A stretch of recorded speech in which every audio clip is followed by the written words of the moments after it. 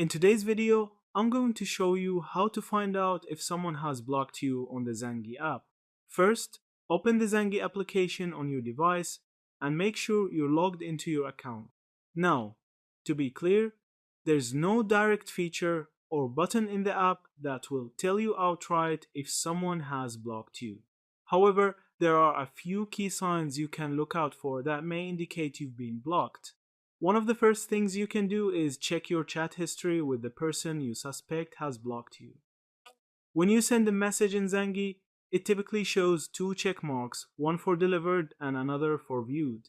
If your message only shows a single check mark for an extended period, it might mean the person has blocked you and the message isn't being delivered.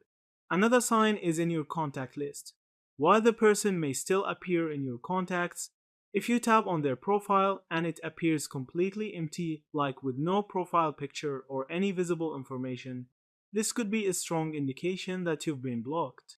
These are the main factors you can use to figure out if someone has blocked you on the Zangi app.